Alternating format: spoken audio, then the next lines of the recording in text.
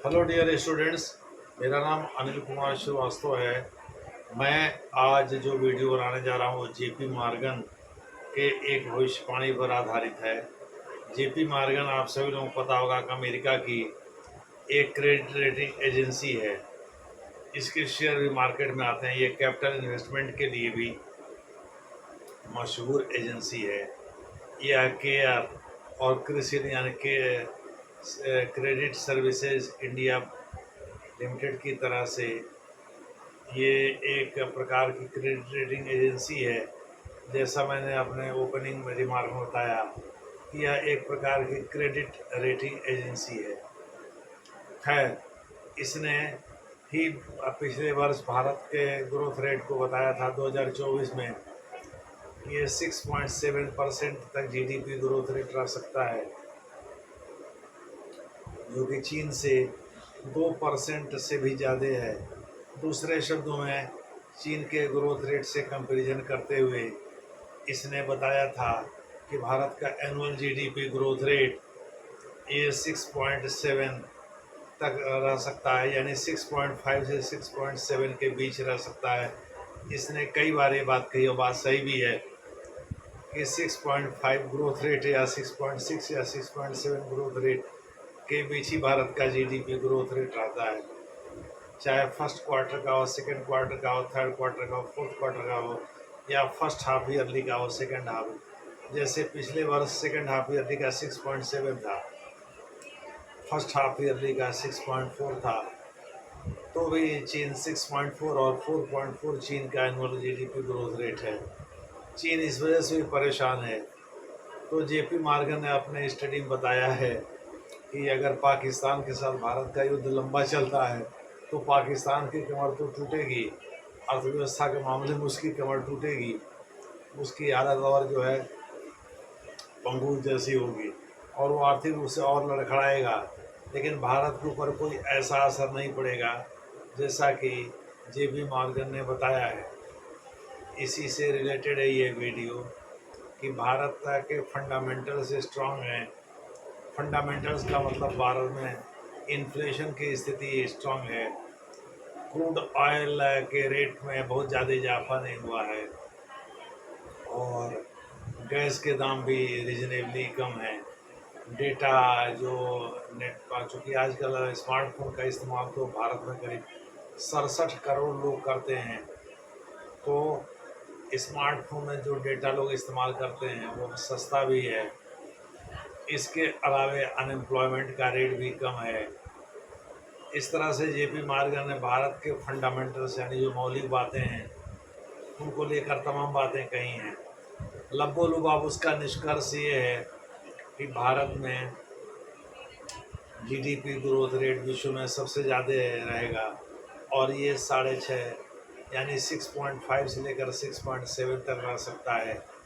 इस प्रकार से जेपी मॉर्गन ने, अमेरिकी क्रेडिट रेटिंग एजेंसी ने, अपनी बात फिनिश किया है।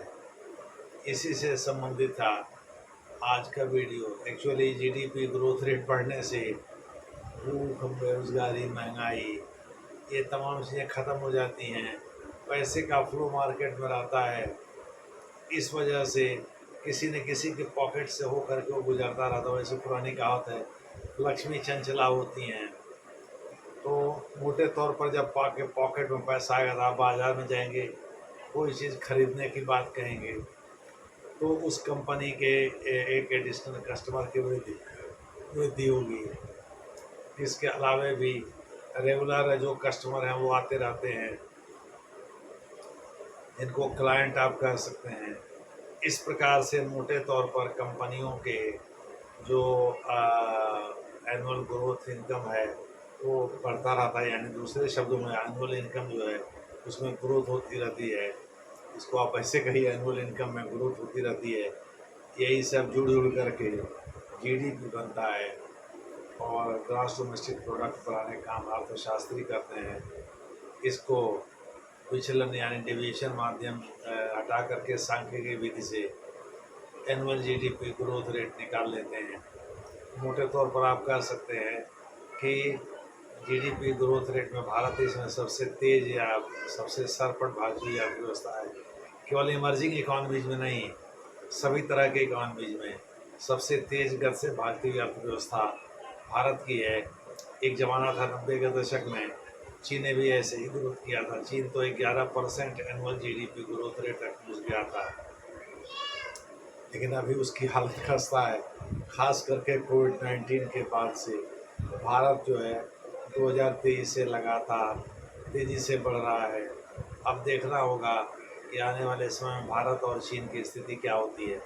अगर भारत ज़्यादा ताकतवर होगा तो निश्चित रूप से चीन को रिकन्सिडर करना पड़ेगा अपने पॉलिसी पर, और वो और अधिक उदार होगा ताकि विश्व में अन्य देश उसको दरवाज़ा खोल करके अपने यहाँ बुलावें। मोटे तौर पर उसकी गुंडागर्दी चली जाएगी और वो अधिक उदार हो करके इंटरनेशनल रिलेशंस बनाने की कोशिश करेगा। नरेंद्र मोदी इसी प्रयास में है। एक्चुअली जो भारत की विदेश नीति है उसका एक उद्देश्य आर्थिक प्रगति भी है। जैसे मान लीजिए डोनाल्ड ट्रंप साहब, अमेरिका के राष्ट्रपति, ने एप्पल के सीईओ कुक से कहा कि भाई आप भारत में पैसा मत लगाइए, वो भी कतर में कहा। कतर की राजधानी दोहा में उन्होंने सार्वजनिक रूप से सभी टीवी ने दिखाया, उन्होंने ये बात कही। और मोटे तौर पर आप कह लीजिए एप्पल भारत में पैसा लगा रहा है, तो भारत में उसकी सहयोगी कंपनी फॉक्सकॉन ने ऑलरेडी 12,500 करोड़ रुपए का निवेश कर दिया है। तो आप क्या कहेंगे ऐसी स्थिति में? आप यही न कहेंगे कि भाई विदेश नीति भी एक अच्छा अर्थशास्त्र है। जिस प्रकार से तमाम तरह के अर्थशास्त्र, युद्ध जैसे युद्ध, इराक पर हमला किया अमेरिका ने, तो वहाँ के तमाम कॉन्ट्रैक्ट ठेके पुनर्निर्माण के या तेल निकालने के अमेरिका के चहेतों को ही मिले या अमेरिका के अपने लोगों को ही मिले। मोटे तौर पर खाओ कमाओ और हमको भी कमाने दो वाले प्रिंसिपल पर अमेरिका चलता है और यही सब खुराफात करता रहता है।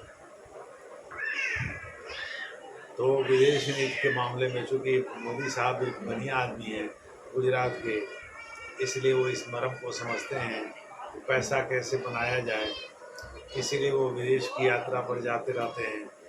अब कुछ उनके आलोचक हैं कांग्रेस वगैरह में, सब कहते रहते हैं भाई विदेश नीति में गए, फलाने ने साथ नहीं दिया भारत का ऑपरेशन सिंदूर के दौरान, फलाने ने साथ नहीं दिया, या मुखरिद वगैरह किसी ने पाकिस्तान की आलोचना नहीं की। अरे भाई पाकिस्तान की आलोचना का क्या मतलब है? वहाँ कोई गाली गलौज थोड़े चलता है। भारत के साथ आकर खड़े हो गए या भारत को सपोर्ट किए, यही क्या कम है? बहुत है। उसमें भी ब्रिक्स का एक मेंबर जो कि रूस है, जो कि चीन का भी करीबी है, वह भारत के साथ होल हार्टेडली खड़ा रहा। इजराइल होल हार्टेडली खड़ा रहा। अब कोई ये थोड़े कहेगा कि देखें जरा किसमें कितना है दम, सीधे थोड़े लड़ेगा। इसलिए इन तमाम चीज़ों को देखते हुए जेपी मॉर्गन ने यह भविष्यवाणी की है कि आने वाले समय में अगर ये युद्ध भारत और पाकिस्तान के बीच लंबा खींचता है तो भी भारत के सेहत पर ज़्यादा असर नहीं होगा। धन्यवाद।